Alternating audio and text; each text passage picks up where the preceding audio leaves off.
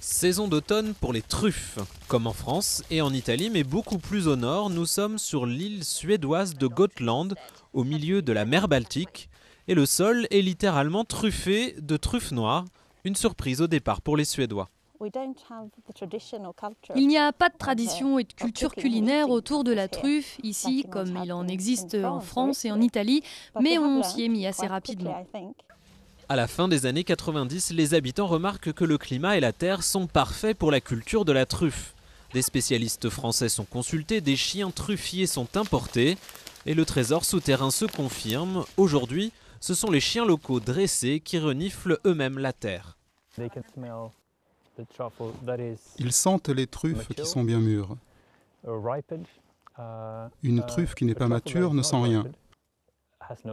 On pourrait la trouver en creusant, mais cela ne servirait à rien. En une journée, ces chiens peuvent repérer 2 kilos de truffes, qui se vendront ensuite 600 € le kilo.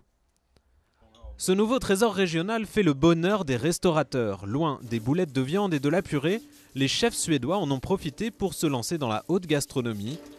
Ici, par exemple, le chef propose des menus de 6 plats, tous parfumés à la truffe. Ce qui me plaît dans cette truffe, c'est qu'elle a une saveur vraiment unique et qu'elle vient spécifiquement de cette région. C'est le seul endroit en Suède où vous trouverez des truffes. Et elle est aussi bonne que la truffe italienne ou bourguignonne.